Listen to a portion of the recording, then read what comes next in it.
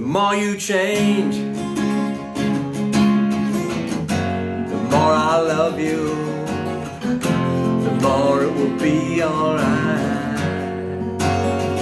'Cause we know who you are, and we'll always be here, stay by your side.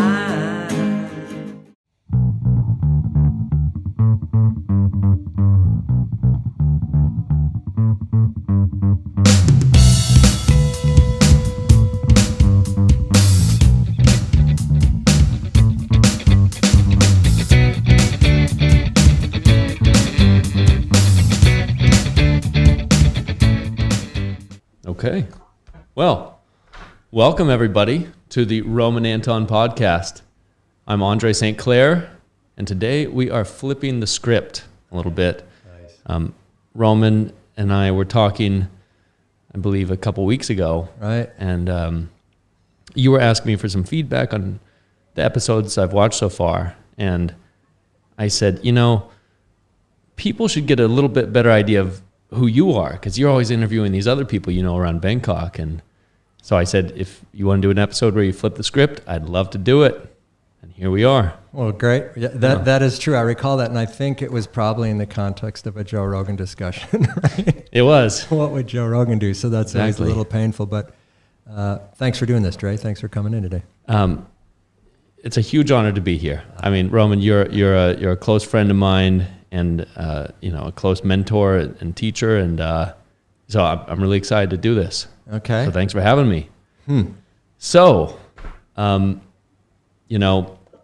guess, maybe the best place to start would be way back at the beginning. Yeah. And I want to ask, how did you even get into music in the first place? I mean, does it run in your family? Yeah, good question. I mean, I guess I'd have to say yes, and I guess I go back and trying to find what is running a family. I mean, all of my early memories with my mom and dad, or my mother and father, really seem to have been around music in the background for sure, and getting a description of what it was. Mm-hmm. At various intervals, classical music, listening to it. Some of my earliest memories of listening to music with my dad are of solo classical guitar performances by fellows like Julian Bream. Segovia was a fellow from Wisconsin, where I grew up in the United States. And so it's sort of that constant inundation with music, incidental. And then there was, as I got older and could travel, leave the neighborhood and the house, was, to concerts with my parents, or then concerts on my own. But very, a lot of music. And then at the same time, my sister, who was a little bit older than I was very generous to give me access to her albums. And cool. So there was a very heavy Beatles and Bowie indoctrination. There it is. Yeah, early on and frequent. Oh. Yeah. Okay. That was the sort of the input side. I started to take piano lessons at a young age, and I want to say kindergarten or early grade school. And so for those of you, well, let's see if we can do this, Dre. Yeah. What is kindergarten ages? 5. Why would you know that? Because I used to be a teacher. Okay, right. I mean, you're 5, you go to kindergarten, you're 6, you go to first grade. I just feel like, how old are you when you graduate high school? 18, right? Well, why do you know that? Because it was freedom. Okay, there you go.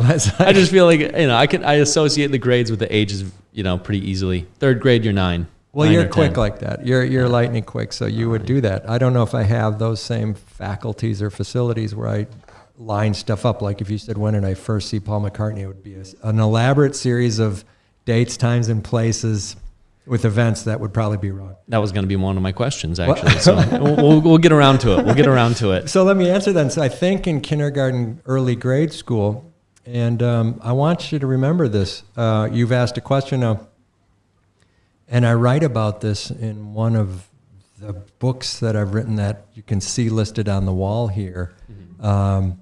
And we'll talk about it in the launch context, but there were parts of that piano lesson thing in kindergarten or grade school, whenever it started, and I'll try and figure that out as I sit here today, where there were lessons in the lesson.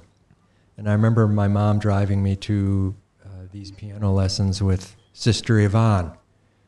Sister Yvonne was a Catholic sister, but I'm going to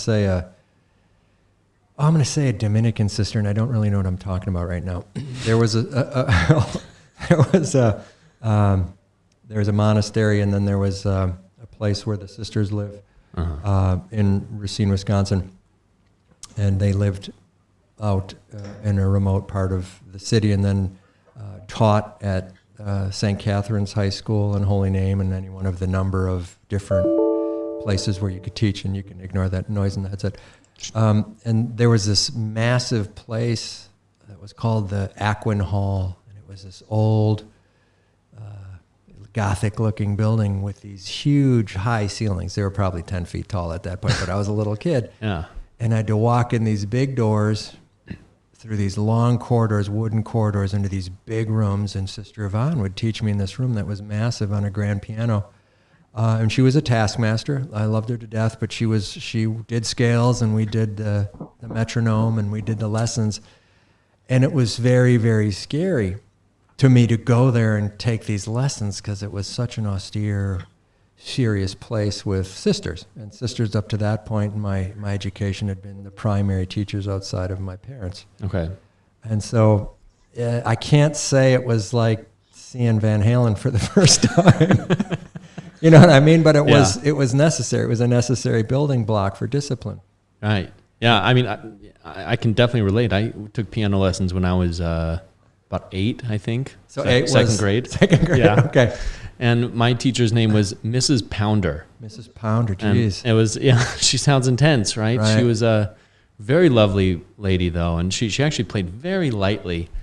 And I lived in a really small town, Oregon, and I'd go take lessons at her house, very small house. I mean, probably not much bigger than your studio here. And we'd sit in the living room, and I kind of didn't get why my mom made me do it at the time. But it's like you said, it was kind of a lesson within a lesson. And later on, I was really glad I did it. I haven't played the piano in years, and someday I'd like to go back. But well, you've played in my old studio at Soy 24. Remember that? You sat down a couple times. Sure, yeah. You had a couple of staples. Yeah. You get a couple beers in me, and I'm ready to roll. You had the one. Oh, that was Paulie too, but he had one. Oh, yeah, interesting. So, I mean, I don't mean to overtake your story in the story here, but it was after enough lessons, I walked. And so I walked from 17th in Wisconsin to what would effectively be 12th in college. And so that was an equivalent number of blocks in both directions. And I remember my mother drawing a map in the back of my music book to get there, and I got lost. And I write about that in one of these books up on the wall here as a formative event, and sort of why was it so hard for me to get there? And I've never been a great direction follower, and it's just funny. I look back at that as one of the lessons, and I don't mean I don't listen to what people say or do it. It was reading the map and getting there was difficult. Yeah. And so as I've traveled the world, a lot of times I'll rent a car at an airport, get in the car and drive and sort of shoot for monuments as opposed to drive with, directions. Yeah. So I think back to those piano lessons, but very formative and very influential. I think 5 or 6 times a week about the early piano recitals we would do to a full hall. Yeah. And I wanted to look this up before we spoke today. I played this one song called On the Surface of the Moon. And it was these bass fingering exercises. Dun, dun, dun, dun, dun, dun, dun, dun, dun, dun. And I got up and played this. And looking back, it must have been one of the most ridiculous recital pieces to listen to. But I think about it all the time. And I'm sorry if that's a big song and someone's made a living off it. It was awesome. I loved it. But I think back to it as ridiculous because it was such a... other people were playing Furley's and, whatever the pop. Scott Joplin or whatever. Yeah. I was playing On the Surface of the Moon, but I was young. I mean, I was in my first or second or third or fourth year of piano playing, and I was playing a recital piece. So it would be like playing Chopsticks, I guess. That's an early piece. Yeah. Right? Classic. Right. I think that was the first song I ever learned. Right. Yeah. What's the one where you play with your knuckles? You can do that. Dun, dun, dun, oh, dun, that's... dun, dun, dun, dun, dun. My brother taught me that one. That's the end part of chopsticks. He's not a piano player. That's the improvisation Yeah, part. yeah. So, was it pretty early on that you felt like, hey, maybe someday I could be a musician. Maybe someday I could have my own band. Or did that come much later? Yeah, I mean, who didn't want to be, I wanted to be in any given week Paul McCartney, David Bowie, or Stevie Wonder. So I guess there's a lot of imagination in that whole sequence. But those, I remember songbook, maybe earlier, Fulfilling. This is first finale, last finale. I'm forgetting those albums now. Sgt. Pepper's, Diamond Dogs. They all seem to have happened at the same time, even though I know they didn't, right? But those were very formative albums, and just sort of the whole, who were my favorite influences, right? And so I guess it's always dangerous to have your most, Walter Cronkite could have been one, or Tom Brokaw, or whoever the big American news anchors, or, I don't know who else, I guess, Olympians of that time period, Bruce Jenner at that time period. Politicians, maybe. Politicians, Nixon, probably not, but, those, that whole thing. I remember voting in our class election for Shirley Chisholm, who ran against Nixon. It was strange what the influences at that point in time, but rock music was clearly, they were the most charismatic guys that I liked, and generally guys. There were some women that I liked, Linda Ronstadt, later Hart a lot. Yeah. But I'll cop to you, it was, dudes, powerful dudes singing, and Paul McCartney in my mind was iconic. John scared me a little bit, and so that was sort of the mix and how it worked. Mm-hmm. Did I want to be in a band? Yeah. Was it a practical desire? I don't think so, because I wouldn't play with people. Mm-hmm. My sister maybe a little bit, but there wasn't a lot of group playing. Mm-hmm. I'd play with Sister Yvonne a little bit on the piano just for a demo, but we never really sat down and did stuff. Yeah. Later on, I got another teacher. I switched teachers, and I think my parents were trying to figure out how to keep me pointed in a good direction. I had a little bit of trouble in school and a little bit of trouble outside of school, and it wasn't scholastic trouble. It was the kind that sort of can change directions. Mm-hmm.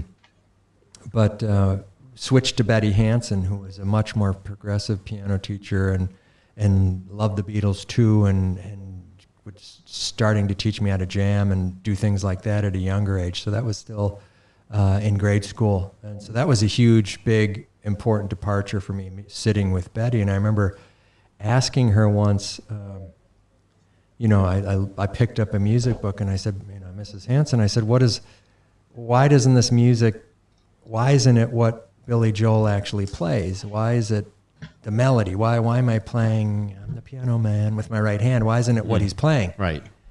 And she said, well, they don't write it that way. She said, you have to listen to that to figure it out. And that was, I was like, wait. She said, that's writing the music. Yeah. Yeah.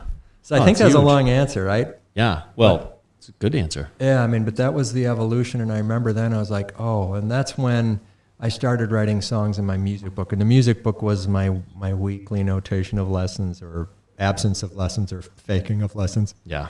It's part of growing up. Yeah.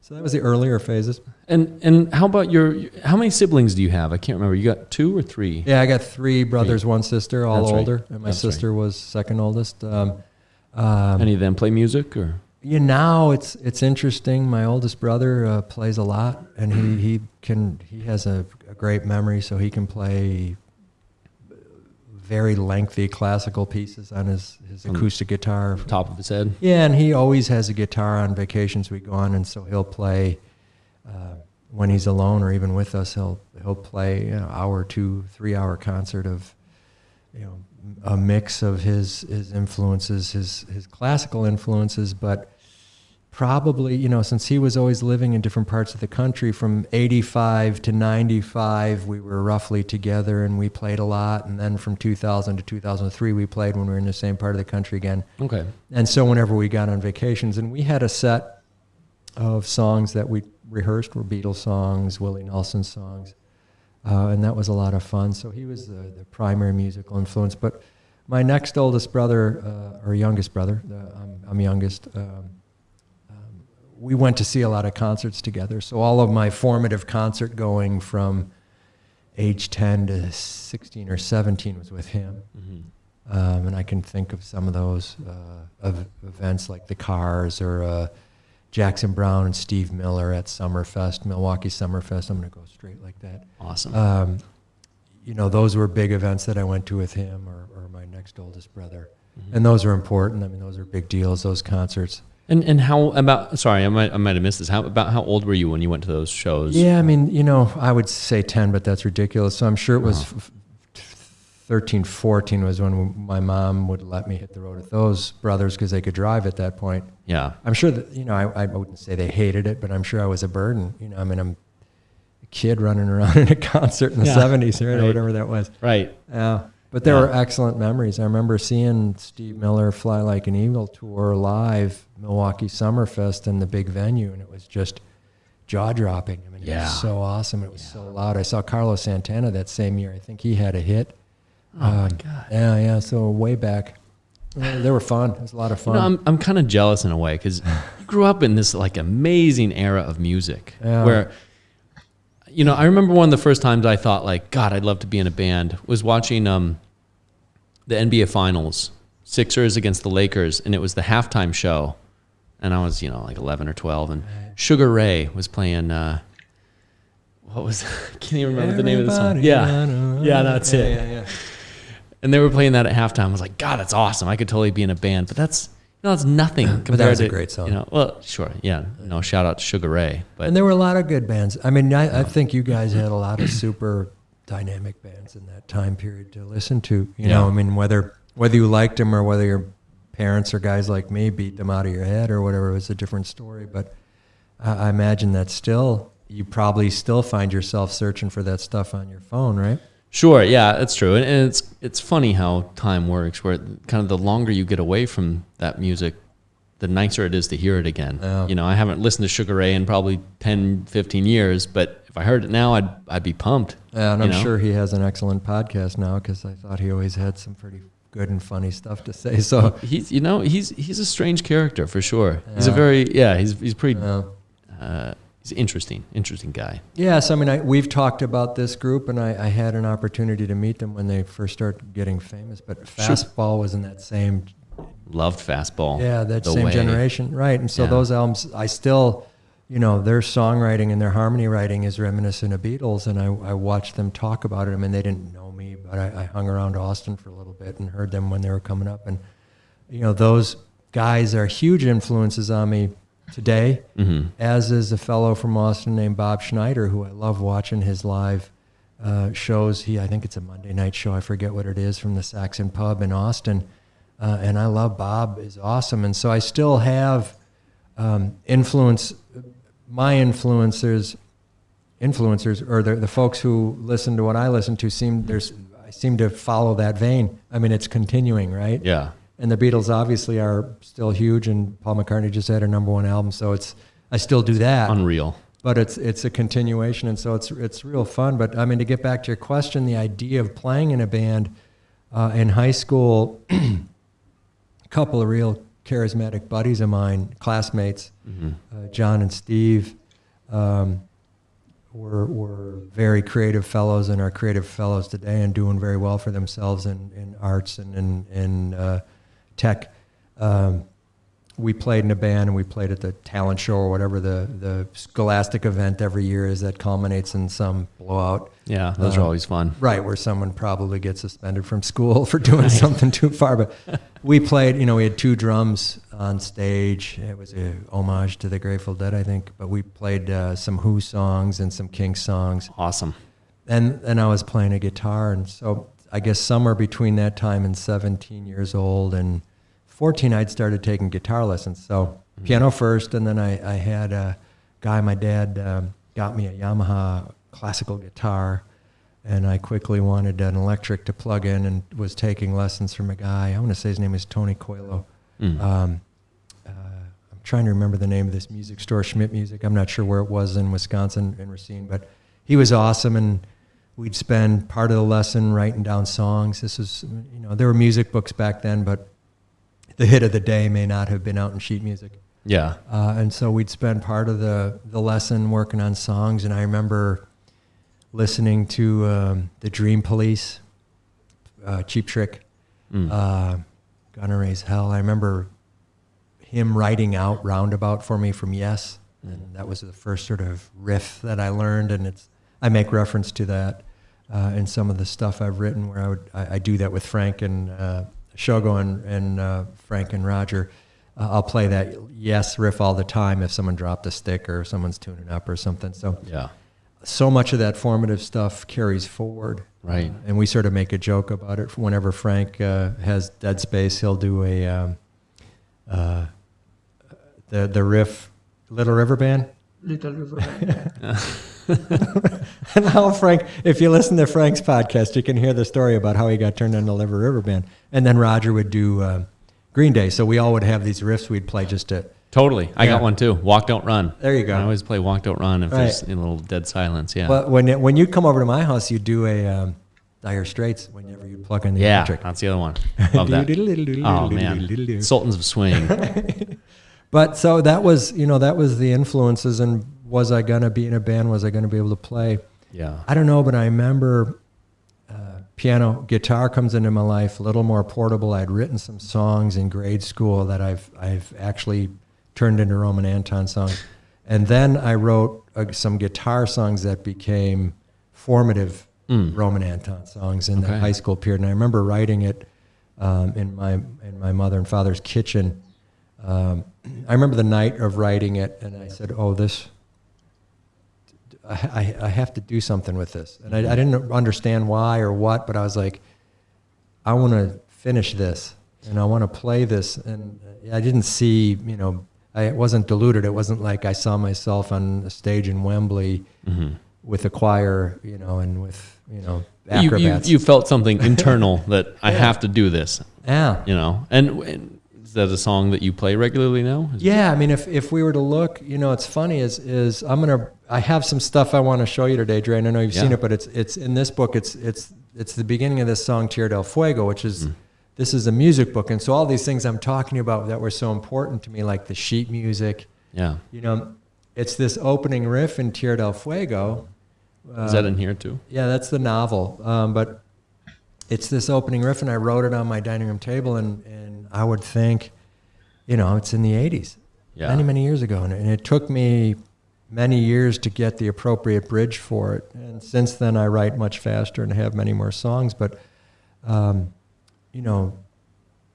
when you ask me to answer these questions, it links together so many things. So I wrote that song, started playing piano, wrote guitar in the 80s, Bring It Forward.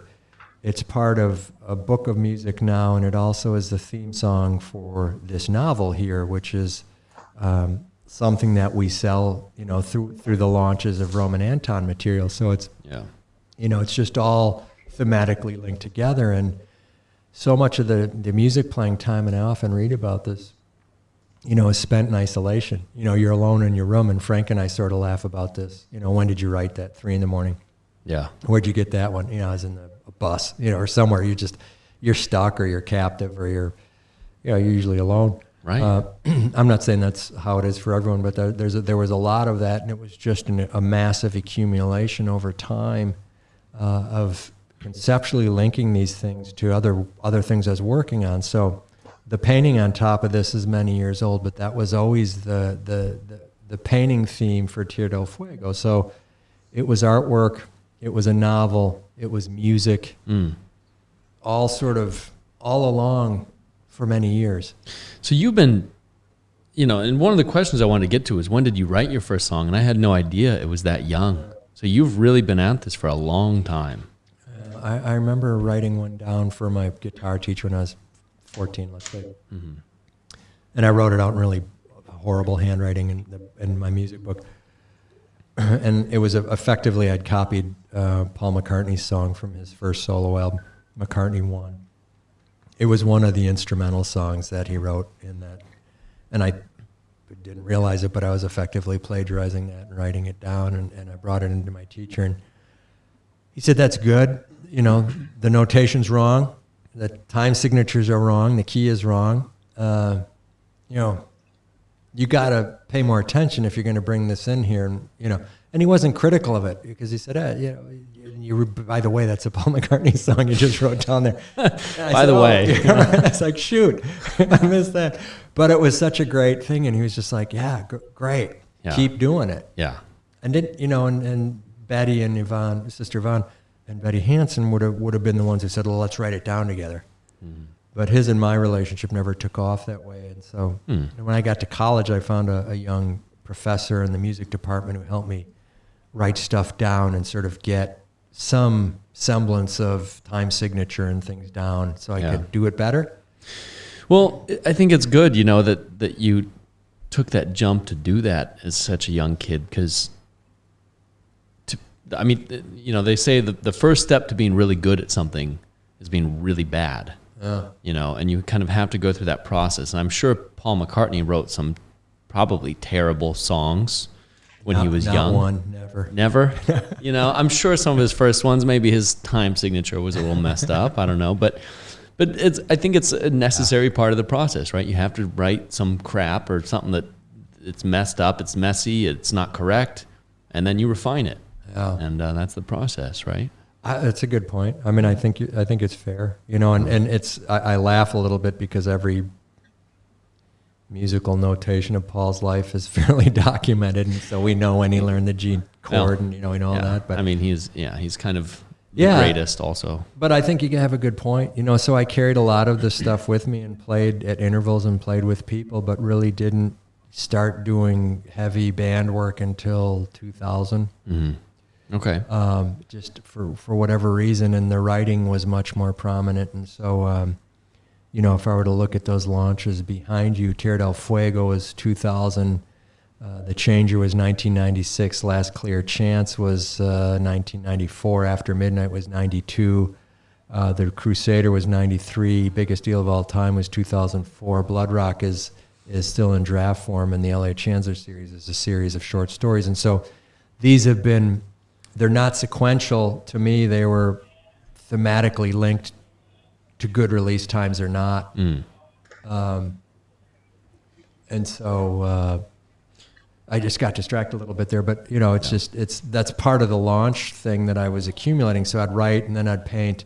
And part of it was, you know, in the job that I had at that time, I was on the road a lot and traveling. And so if I was stationed overseas or working, I always had a guitar and I'd always record. Yeah, I was going to ask, where were you at that time? Were you in the States but traveling regularly, or were you so outside? In the 90s, I spent some time in the Middle East and in France, in D.C. and in New York, and then in the aughts in New Orleans and Houston and San Francisco, and then overseas, like, you know, you've heard about these stops, so Bangladesh and Nigeria and some other spots, but you know, in those latter assignments, I always affiliated with musicians that were interested in trying to help me learn my stuff and work my stuff. Yeah. And so that's been the most rewarding musically, is to be with those folks and to work with those folks. Yeah. So that's always been a focus of yours. I mean, aside from your career professionally, every place you've been to and you've spent time in, you've always tried to link up with some local musicians to put some things together. I mean, I've been around the band here in Thailand for a few years now, but I know you also had a band in Nigeria, I believe. Right.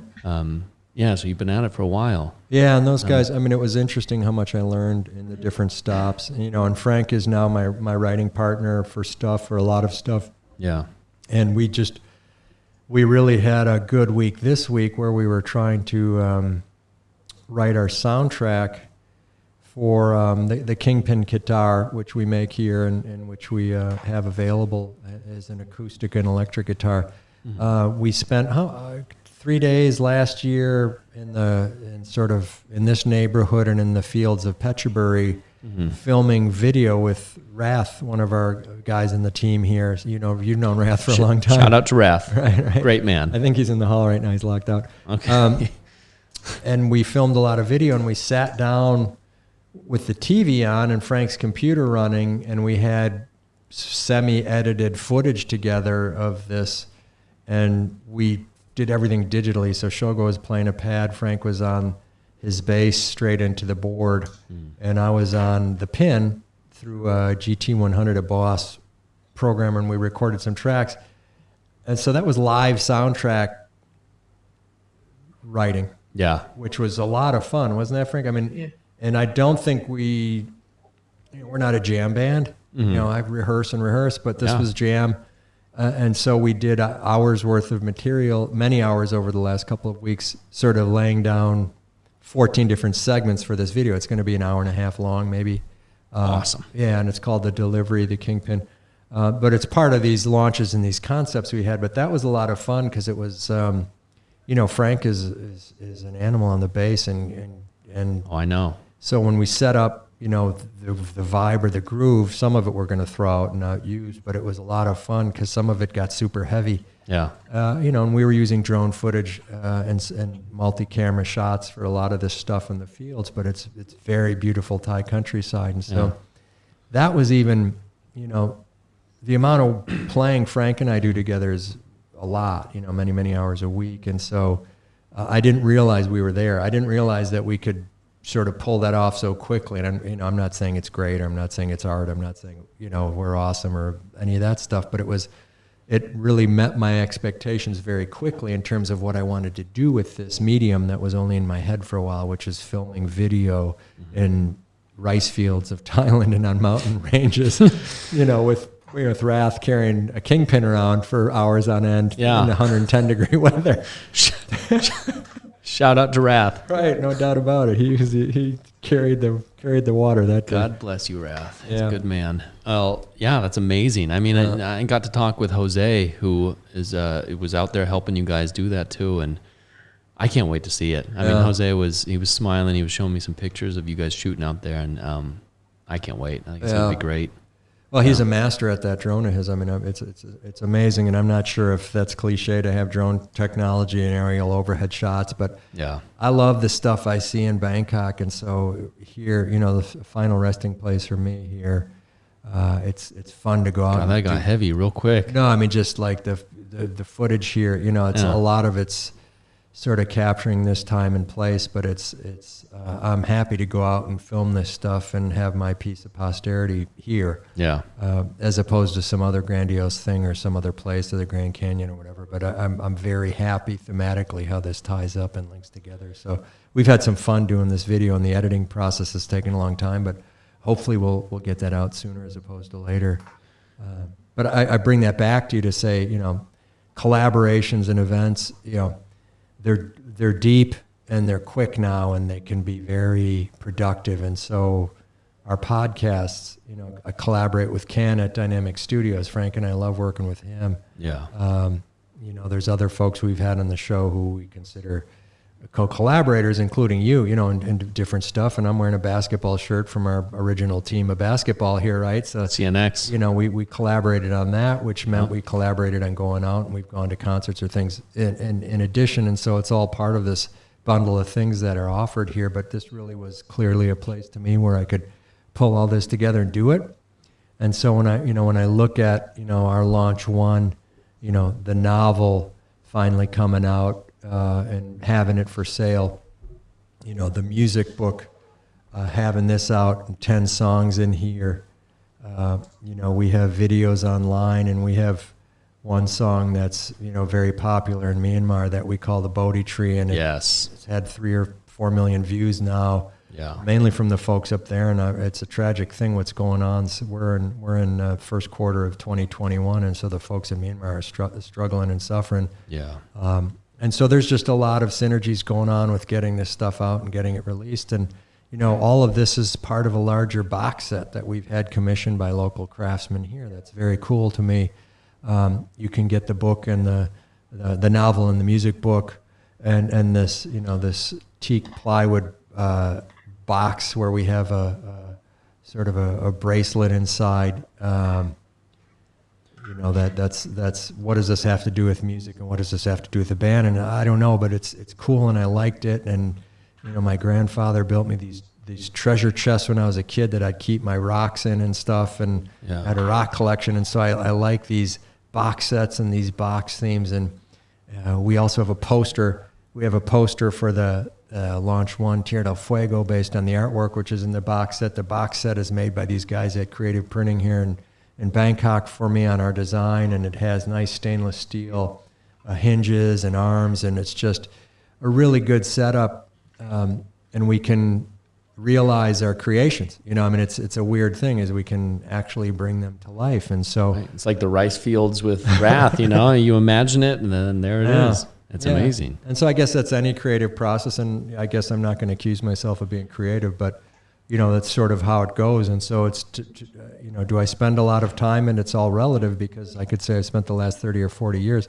So you're looking at an agate, piece of agate and Bodhi tree beads that are from Tibet. And it's got it looks like some Chinese writing on here, I think. Yeah, it could well. I mean, it's Tibetan, and okay. And that's commissioned, and the folks who put those together and I got together, and it's a Roman Anton piece, and so it's very nice. It's pretty cool, and we have them, but they all fit in a box set that maybe Frank and I'll cut that out and put over this talking. I was going to ask if we're going to get a chance to check out the box set, but might have to cut that in later or something. Yeah, we'll do that. Okay. I think I described it well, but it has a nice leather handle on it, and the artwork we had framed, and we had some reprographic copies made that are really nice through this high-resolution printer, and it has magnets in it so it attaches, and you can hang the whole box on a wall. And so I plan on having all 8 of these released at some point. We're working on the artwork for the changer right now. Yeah. So it's a definite process, and it's going to be years in the making, and hopefully we'll stick it out here. Yeah, well, I remember when you were telling me about the box set before it came to fruition, and I was kind of trying to picture it in my head. Okay, a box set with the bracelet and the book and everything inside, and I didn't quite know how to picture it. And then when it came out, I was stunned, honestly. It came out really nice. It looks really good. It's very nice. And to be honest, I've been hanging around the band for a while now. I was thinking about that on the way over here. I think I've been to maybe upwards of 100 shows. I would think. Yeah. Is that a record holder? Am I number 1 right now? You got to be right there, right? We're giving you the gold star. All right, sweet. Frank, let's make it official. We got to get a gold star award and post it. We'll put it on the wall over there at Star. Deal. All right. I can't remember where I was going with that. I got wrapped up in talking about myself. As you should. The box set. Where was I going with that? It looks fantastic. I've seen you guys develop as a band. I mean, I was in Bangkok for a while when we first connected, and then I moved back to the States, and then a few years go by, I missed it over here, so I came back, and you were kind enough to give me a place to stay while I was trying to find my own apartment, and when I would stay at your place, I'd see you guys practicing, rehearsing, you and Frank, and it's really just amazing. I mean, to see where you guys were at from several years ago to now, you went from hanging out at your place and playing and rehearsing to then going out and playing at local bars and restaurants, and then putting the studio together, putting the book together, putting the box set together. The launches, I was blown away when I saw these launch plans. It's just amazing to see how far you guys have come in the last, 5 years, give or take. And I'd like to ask you a little bit about these launches here, because this seems pretty unique to me. First of all, is there like a formula for these launches here? I noticed each one has 9 original songs and 1 cover song. That's right. Is there? Okay. Yeah, you're a very methodical man, Joe. Well, I don't know, but I think Frank could probably say it's overkill, but I mean, I think it keeps us focused. Sure. On the one hand, I don't think we ever sit down and say, we need to play one song from launch 8, even though all of them are recorded. Right. We have 100 songs recorded and ready to roll here. I guess I could be real internet and just throw them all out there right now, but I'm trying to do it a little more systematically, because I think if they go out as the launch, it's going to be more rewarding. Doesn't mean we don't play them. It doesn't mean people don't record them, and it doesn't mean that they're not floating around. But I think it's very methodical. So Tierra del Fuego's this novel, and it's about a road trip that a guy takes, and the songs have the words describing the book and the road trip, And the artwork to me is symbolic of part of the 3 events and the 3 themes of the book. And so pretty simple, right? Yeah. And that happens for each. And what I decided to do is not to put 10 songs in each deliberately, but I said, that's a good target for me to help build some structure on it. And it doesn't mean the songs line up with the book or the artwork exactly the same every time. Mm-hmm. It just means that there's, a structure to this that's going to be repeatable, and you can sort of expect a certain set of deliverables with each launch. Yeah. And we may have a T-shirt for each. Mm-hmm. We may have the standard Roman Anton gear, mm-hmm. or there may be other stuff. And it sounds commercial and crass that way, but it's not really meant that way. It's really meant to gauge us and move us through this creative process and see if we can improve upon it and see if we can make it cooler each time, and if the artwork can get better and more refined, and if the music can get recorded better. Yeah. And if we should redo versions. Yeah. Right? You're trying it out. You're taking some risks. You're seeing what works and what doesn't, and seeing what you can improve on. And I think so. I got some of the shirts in my house. I think they're fantastic, man. I like them. And that's what I mean. I'm blown away. I'm just blown away. I think back to a few years ago when you guys were just hanging out and jamming, and now like I'm showing up to some bar and you guys are playing and I'm showing up and I'm wearing your shirt, and like there's merchandise everywhere, and it's crazy. It's crazy what you guys have done here, and this podcast. Yeah. This is awesome too. Well, Frank deserves a lot of credit on all this. I mean, I think about building this room and it's Frank and I could have language challenges. He's from the Philippines, I'm from America. Just the different slang words we use are different. Sure. The music words are different sometimes. And so there's a language barrier anytime you're with someone. There's a thought to action barrier, which we've overcome in all these situations. And Frank has really set up this room great, because I was out doing some things and he'd do this. And, when it came time to playing, we both play and we were equals on the stage. Yeah. But a lot of this, he's better skill sets than I do for some of it. Mm-hmm. And some of it, I think I might have better skill sets than him. So we just do what needs to be done. And a lot of times we're both bending over from carrying a lot of stuff up a lot of steps. Yeah. It's part of that. But, a lot of this has been, just divided. You got this, I got this, you got this, you got that. And so, I think with anything, but, in the same period of time, you've gotten an advanced degree and you've been a road warrior for 3 years or 2 years on the road. Pre-COVID.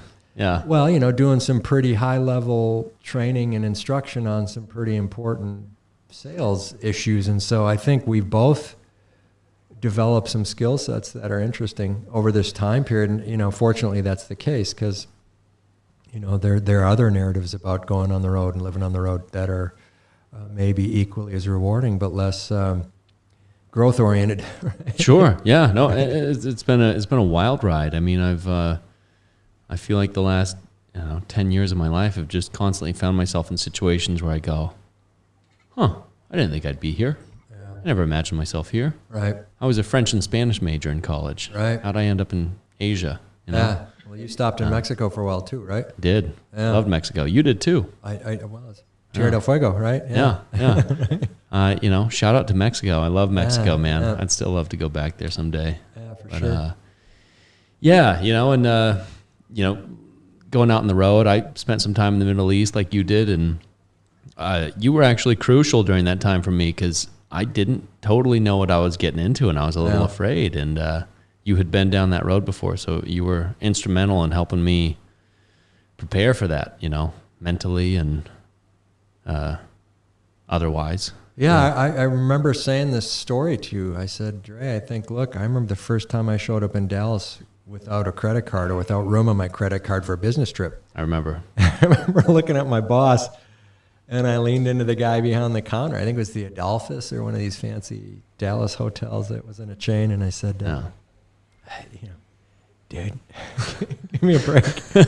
My boss is here and I don't have room on my credit card or something. And so it was one of those, I just thought, God, Jerry's heading to Beirut or where the hell ever you're going for your first business trip. And I was like, make sure you have cash or room on your credit card. And you're like, well, why? Or, Yeah, right. You weren't Yeah. that.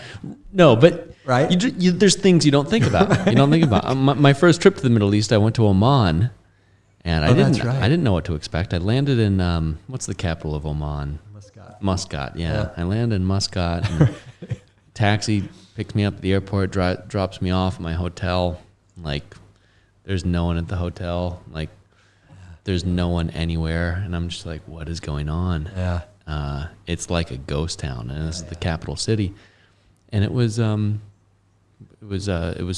Saturday, and Weekend. yeah, and it was prayer time, Right. and I didn't know about that really. Yeah. I mean, I knew about it, but I didn't really know about it. So I got there, and I mean, it was like I was alone in the capital city. I was. And Well, we've talked a lot about that stuff, and I think it's part, I think a lot of what we've talked about here today is mentoring and the mentoring process. I have this one song that's coming out on Launch 2 called Mike O'Brien. I think we have a real good version of that song on our speaker box session, Roman Anton in the Box. Mike O'Brien was a pivotal instructor, teacher of mine in history in high school, and I wrote a song about him. One of these days, hopefully he'll hear it, but his influencers. So I mentioned my mom and dad and Sister Yvonne and Betty Hansen, and Mike O'Brien for sure kept me on the straight and narrow because I was wandering, and Tom Devine did the same in grade school. Again, influential men. I'm trying to think of, two influential musical influences were ladies, Sister Yvonne and Betty Hansen. Mm-hmm. So I think I was open-minded enough, or perhaps more so than my era generation permitted themselves. But Mike O'Brien, Tom Devine, definite influencers that moved through. And so a lot of what you see here is, like in the books, it's captured narratives from very important parts of my life. Mm-hmm. Well, I had a note here, actually, next to Mike O'Brien, written down here on your Launch 2 list, and I just wrote a note to ask you to tell us a bit more about Mike. Yeah, good. I've heard the story before, but I think people listening might want to know. Yeah, I mean, he was my high school history teacher. Mm-hmm. My brothers and sister that went through my school before. He was also the head of the baseball team. I was a tennis guy, so I think our seasons conflicted. But I think Mike liked my older brothers, and when I got into his class, I sat up front, and he sat me by who he thought were nice folks, and so kept his eye on me, and he played Jethro Tull. He played music in the class. He'd play classics, but he played Jethro Tull, and he was a real unique guy. I think he retired recently. I read an article from the Racine Journal-Times about his retirement, but my mom and dad could only do so much to keep me on the straight and narrow, and I'm not saying that's a great place to be or that's a bad place to be on the other side, on the dark side, but he had a lot to say on me keeping upright, if nothing else. And so I give a lot of credit. And writing those songs aren't superficial for me. The lyrics may be immature, young, or not developed, but I think they're pretty sincere. And I think to the extent I write from the heart, that's definitely one that I wrote for someone. And maybe one of the songs we'll try and play for you here today. I think Frank and I'll sit down. A Launch song, a Launch 5 song, is one that I wrote for someone that I worked with for years and years who passed away, and she had a memory illness that really, the last couple of calls I had with her weren't really exchanges, and I think she ended up forgetting who I was in some of those calls, so that was sort of a heartbreaker, but wrote a song for her here that she never got to hear, and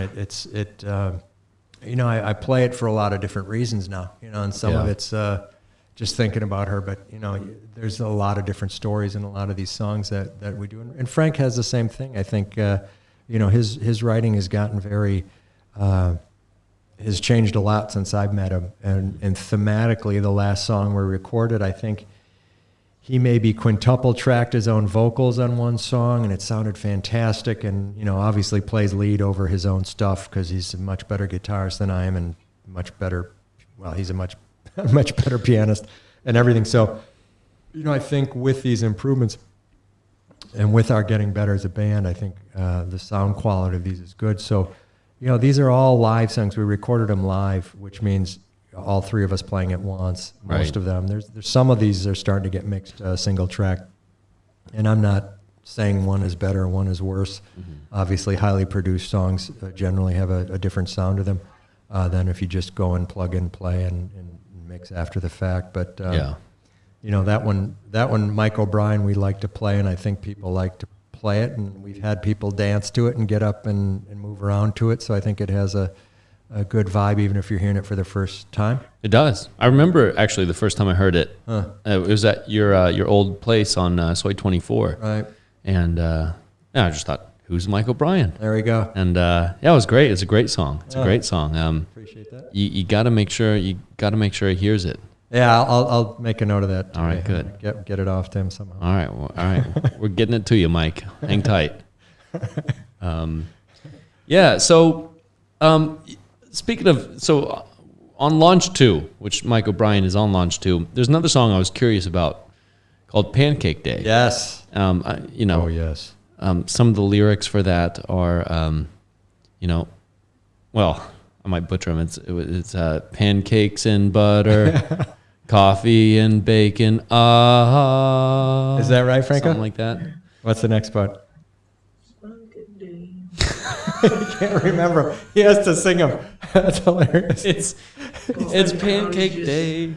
Coffee. Yeah, I mean, What was the inspiration behind that? Was that a hangover, Sunday morning drinking coffee? And that's a very good question. I mean, not at all. And I'll tell you, there's a lengthy history to this song. So every year when I was growing up, my birthday was around an event that the Kiwanis had. And the Kiwanis are like Rotarians or the Rotary Club. Okay. And they would have an event that was called Pancake Day.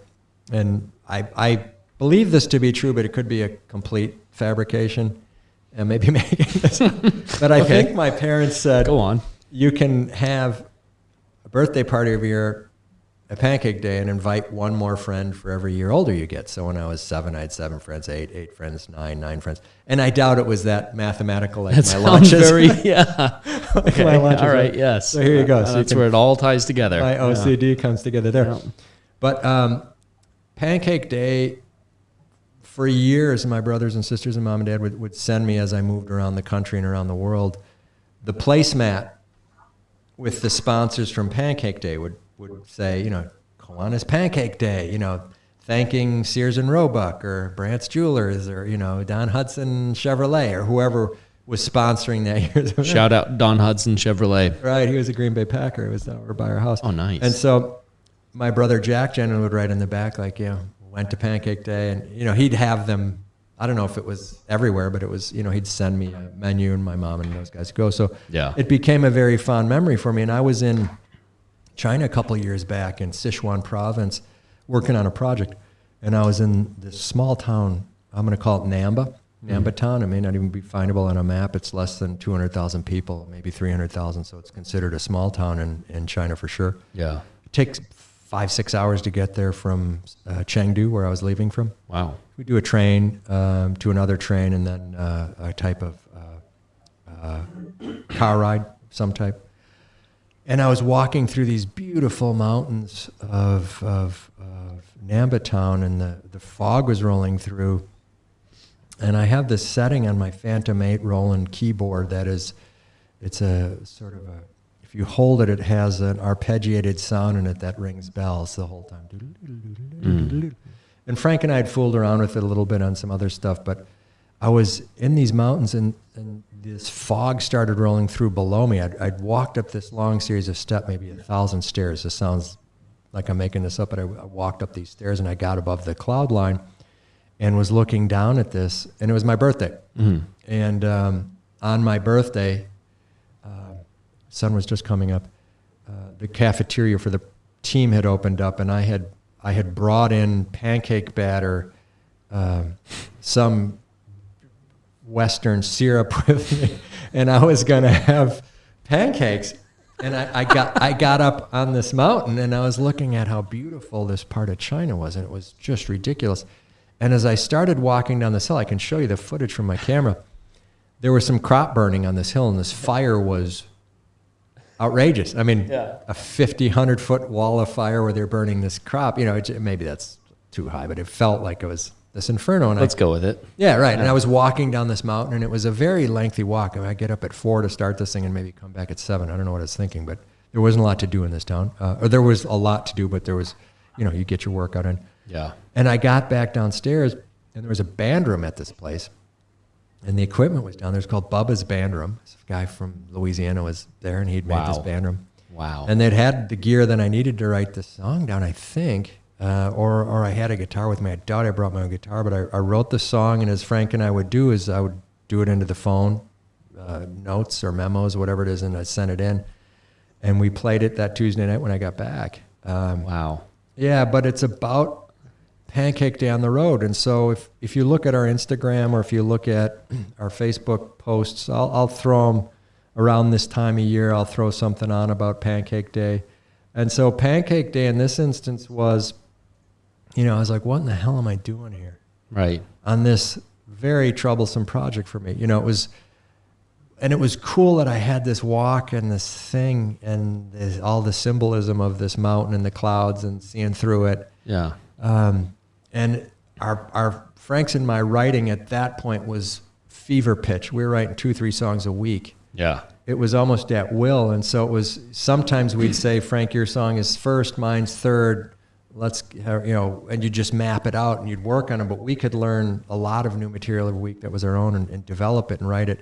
Yeah. And so Pancake Day was sort of written like that while I was walking. And I've done a lot of it over the years as written in my head, but it really does require quality recording for me because I'll hum out melody lines. Yeah. And so this one was ridiculous. It's bing, bing, bing, bing, which I knew was the arpeggiated sound of those bell program on the sampling keyboard, right? Yeah. But Frank and I will play that on 2 guitars sometimes, and it's a completely different song. Or I'll play it on a regular piano as opposed to through some type of synthesized program. But I really like that song. I think Jose is funny. You mentioned him earlier. He says he doesn't understand it and he's not sure what the hell I'm talking about. And so sometimes it works and sometimes it doesn't. But Jose. That's a family song. Most of this, I think the theme of being on the road, Tierra del Fuego is a road trip book. Yeah. A lot of these songs are about being on the road, and it's how I capture either that loneliness or happiness or despair or remoteness from the family, and I'm sort of memorializing it. Yeah. I mean, I definitely can relate to that for sure. And I guess we all can. And that's what, I know several of the guests you've had on the podcast here before, and it's kind of the way we all tie in together as we're all out here living away from home, and we kind of build our own community out here and rely on each other. And that's really interesting when you travel the world and see that. Yeah. And would you mind talking about the artwork? Sure.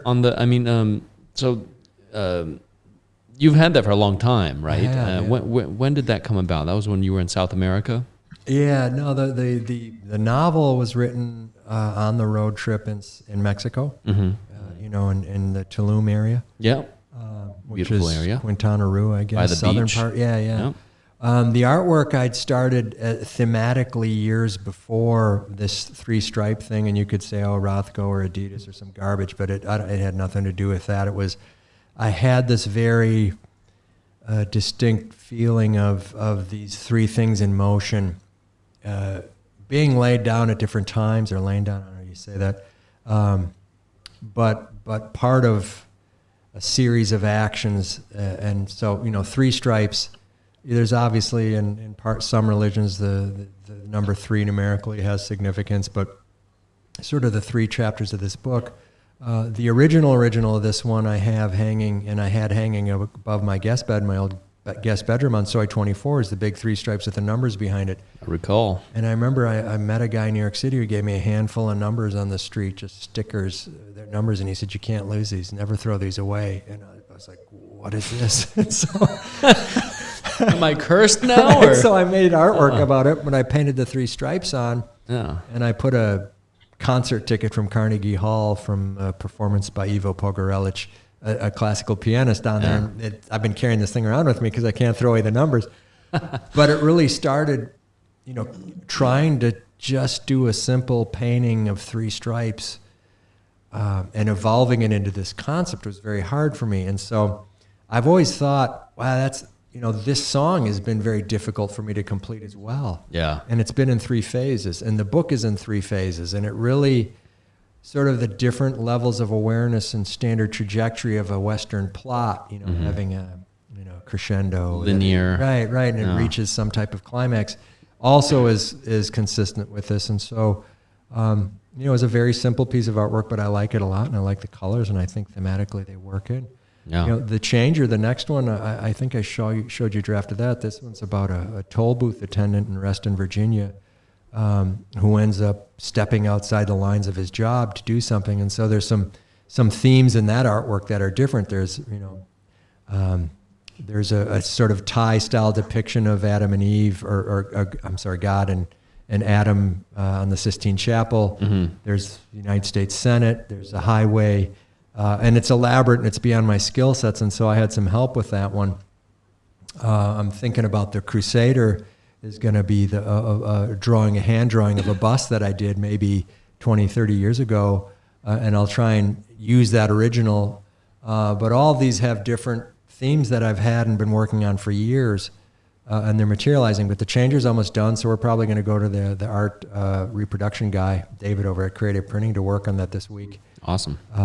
So that's sort of how the artistic themes come in, but I think that's why this has taken me so long to move it all. And I don't think it's too long. I think it's timely, but if I had hurried up and done this in my 20s, I don't know what the difference would have been.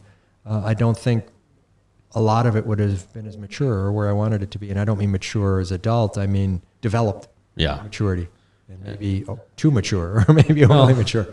Right. And is that because you've had so much more life experience since then that it's shaped the way you put all this together, or is it just? I think I was bringing together all of these thoughts into one stream, and now Frank and the team have helped me sort of pull off making them 3-dimensional. Yeah, it's all in your head at some point, but bringing it out, that's why I respect a lot of different folks now and whose occupations, architects, designers, clothing makers, are traits or things that I really hadn't looked at as skills and specialties that other people had that I knew they had. Mm-hmm. But now I understand that, like bringing these sort of conglomerate style enterprises together is, I'm not saying I'm a conglomerate in my thinking or anything like that, but bringing multiple work streams together is hard. But sometimes you have to wait for it to happen. Sure. And so I think, with the Kingpin, we have great posters for the Kingpin. Frank can show these and clip these in right now. We have 2 individual designs. One is this beautiful Thai design with the picture of an animal in it that when I was working with Pong, the artist, I was like, what in the world are we doing here? But it worked out fantastically. That's the electric one, right? Yeah. Yeah. And then another one, we have the 3 performers sitting on the floor and it's sideways in a red color that I think really captures the Kingpin design and the Kingpin guitar. And so that's something that if in this week's podcast that's coming out with Andrew Davis, we talk about building that Kingpin guitar. And if I were showing it to you now, it's a numbered series of guitars. It has the Roman Anton bronze logo in the neck, and it has the attachable Naga head design, and we have a nice wood case that we built that has a real nice faux fur lining inside that really protects the guitar. Nice. And so we went through many prototypes of those that we keep in the back room still as examples of where we've been, but it took a long time for us to, to get those from your head to paper. So I give Andrew and Frank a lot of credit, and they've gone up north a lot to work on these. And I couldn't have done this without the guys helping out and moving it forward because it's just a lot of labor. Yeah, it's definitely. I remember Andrew talking about that a few years ago now, but years ago for sure. Yeah, Andrew, I love Andrew. He's kind of a creative madman. We had genius. We had his contraption here last week going. It was the monster. I love that thing. He put together this I don't even know what you call it. Oh, wait, you watch the podcast this week, you'll see. Okay, great. Oh, okay, you guys got it on video. Fantastic, great. Yeah.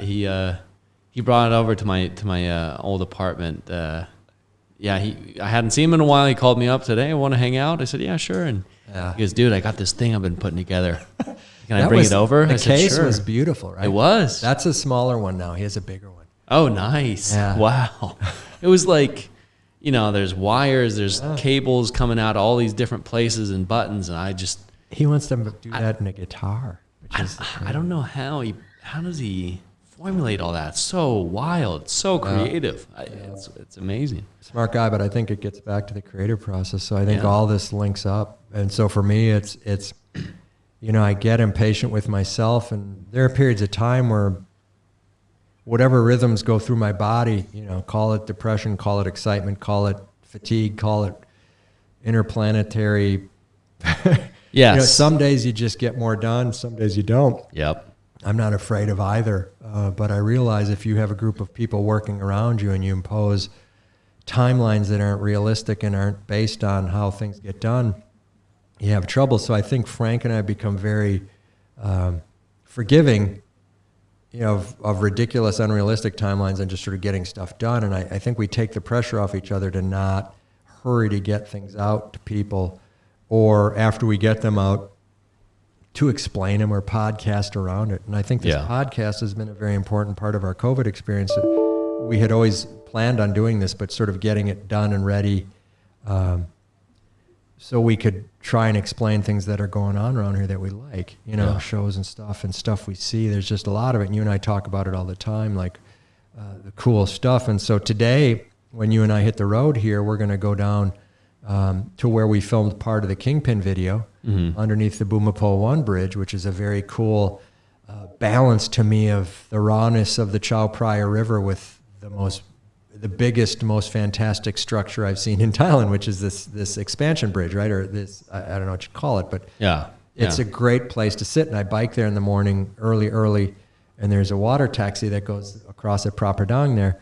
And I figured we could go there and check that out. And I don't even know if it's a tourist stop, but I think it's sort of the type of weird stuff you and I are used to running into. Yeah. And I say weird in a very affectionate way. It's not weird like, fireballs coming out of the air, interplanetary. That would be weird. That would be weird. It's weird like, wow, it's so cool. And there's people working out down there and like crossing on their motorcycles on a water ferry. And it's just a cool spot, and I spend an inordinate amount of time down there on my bike waiting for the taxi just because I love it down there. Yeah. And I've written songs down there. I mean, I think Runaway, one of our most recent songs we just recorded, I wrote sitting down there, and almost note for note, humming into my song. I think I did the bass line because we had a weird syncopation beat on the bass line there. So it's fun. Totally. I can't wait to check it out. Yeah. It sounds awesome. Good. Yeah. It sounds awesome. Yeah. Kind of reminds me, I think it was, might get it wrong, I think it's the Rama 8 bridge. There's so many Rama bridges. They're hard to keep straight. I think it was Rama 8. I used to go over there, and same kind of thing. There's a little park with people working out, and you got the river and boats going by, and I used to love hanging out over there. It's great. So I can't wait to check this out. All of them have basketball, I find out, which is the craziest thing, which we love. Yeah, it's true. There's always a court down there. Yeah. You know what I love watching is the Takra. Yeah. The guys get like the Karate Kid headband on, and they're hitting the ball with their elbows and their knees and their feet, and they're kicking it over I guess it's like a badminton net. Yeah, for sure. It's awesome. I love going to the park and watching those guys play that. It's intense. Yeah. Frank used to play that, but I think Franco, he was worried about breaking his wrist playing the guitar. You used to kick that thing, right? Takra. I don't know how to say it. Takra. That game where you kick the ball with your feet over the net? Takraw. Sepak takraw, yeah. Yeah, sepak takraw. Yeah. You used to play? Yeah. Oh, man. He said he's good. I think he said he'd beat you. You got to teach me, Frank. Before I used to do the bicycle kick, like. Oh, damn. I need video, or it didn't happen. We need a messy. We need a messy Ronaldo Frank Tucker Cow montage. I'm gonna get Joe King to work on this. I'll shout out to Joe. He can put. I think he can put something together. I've been doing, as you know, for work since COVID. I've been doing a lot of coaching online with. So we've been recording videos. I've been doing training programs on videos. And some of them I do live, and some of them we record ahead of time.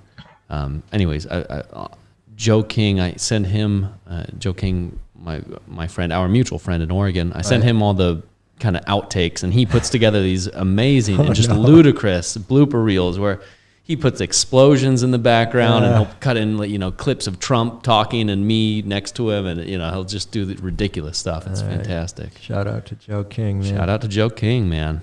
A real one. So where do we go from here? You know, this is my first podcast experience, and it's been I appreciate awesome. you coming in. I thought while we were sitting here, I thought of a follow-up one I really wanted to do, and I wanted to do it with you or Max, but I think you become the new proxy. Would you be interested in going out in my neighborhood? See, I do a lot of walking at night because of COVID, because everything's shut down here. Yeah. There are 4 or 5 Muay Thai studios outside Muay Thai in the heart of Bangkok. So we're talking a very weird, cool phenomenon of an outside gym next to a 40-story skyscraper. Cool. There are 4 of them within walking distance of right here. Nice. And I wanted to go to each 4, but I don't want to ever punch anything again. Hopefully I can avoid that. And Frank and I always talk about this, not wanting to hurt our hands. And I know you don't want to hurt your hands. Yeah. But I thought you would be the perfect candidate where we could go visit 4 Muay Thai studios and do a compare and contrast. Great. I'm all in. Right. We'll do a review, compare and contrast. I like it. Yeah. Yeah. Because they're sounds so good. Because I've gone into all of them and I've watched and I've seen, and they're astonishingly similar and astonishingly different in many ways. Yeah. And look, very different, very similar. Yeah. In what you're taught, very different, very similar. Right. You know, but the truth of the matter is, the untrained Muay Thai person in there is a mess when they're doing it, because it is a hard workout. I've been that guy. Right. It's the first Muay Thai lesson I ever took.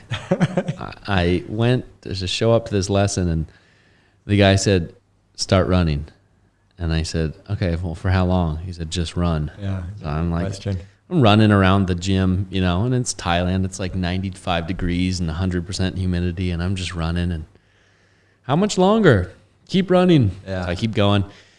I think it was 25 minutes I ran for, maybe 30. It was a long time. I was exhausted. I mean, drenched in sweat. I felt like I couldn't go anymore. I thought, what the fuck is this? I signed up for Muay Thai. And as soon as he told me to finish, I collapsed on the ground. He goes, "Okay, get some water, and now we start." Yeah. I thought, what? I can imagine there's, flexibility, rigidity, Farang style. I imagine it wasn't just to break you down, but I imagine there's some thinking about, like, the new guy coming in wanting to kick me in the head is going to hurt himself. Yeah. Well, I think part of it is to break you down too, honestly, because then he holds up the bag and he goes, "All right, kick the bag." And I'm like, dude, I can't even, I haven't run, in a couple months. Can't even pick my leg up. And he's like, kick it harder. And tire in English. I don't remember. I was so exhausted. I mean, I was delusional. I was just like, it's so hot outside. I've lost so much water. Why Yeah, right. Well, I lost so much water, just sweating it out. Right. And, well, let's save this story. Yeah. We got this for V2, and you got to do some pre-jogging prep for this, because we'll stop and do this. So it'll be you won't be co-hosting. You'll actually be our emissary for the Muay Thai community. So Great. We'll do that. But great. How about we do this? How about if we shut this piece down, take a little break, let Frank set up the cameras or recharge the batteries, and Frank and I'll sit up and we'll try and play a song here. And record it, and then we will hit the road and do our last road trip segment over on Rama 3. Okay, sounds great. And right. Roman, thanks for having me on today. It's been awesome to sit down with you and Frank here, and I love what you guys have been putting together. I mean, just everything from the artwork to the music to the studio to the podcast, and you guys are an inspiration, honestly, to all of us out there who, it's always been one of those things in the back of my mind. I'd love to have a band someday. I don't know if I can do it, but I watch you guys doing it, and I think You've come on stage with us. Yeah. There you go. Yeah. All right. Yeah. Anyways. Well, we appreciate it, Dre. Thanks for coming in. Yeah. Thanks love for being here. Let's shut it down. All right. All right, Dre. I think we're ready. All right, guys. Let her rip.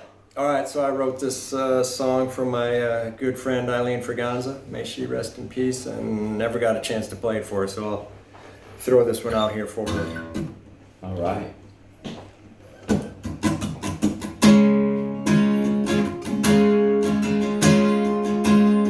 It's been 30 years or so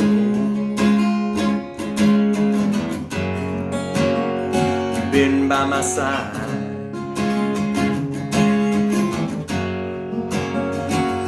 Tell me that ain't true,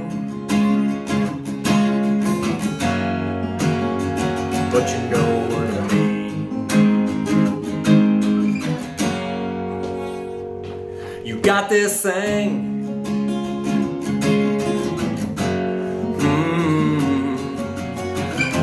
it's eating you up inside. How did it get there? What does it mean? Will you be alright? The more you change, the more I love you, the more it will be alright. 'Cause we know who you are, and we'll always be here, stay by your side.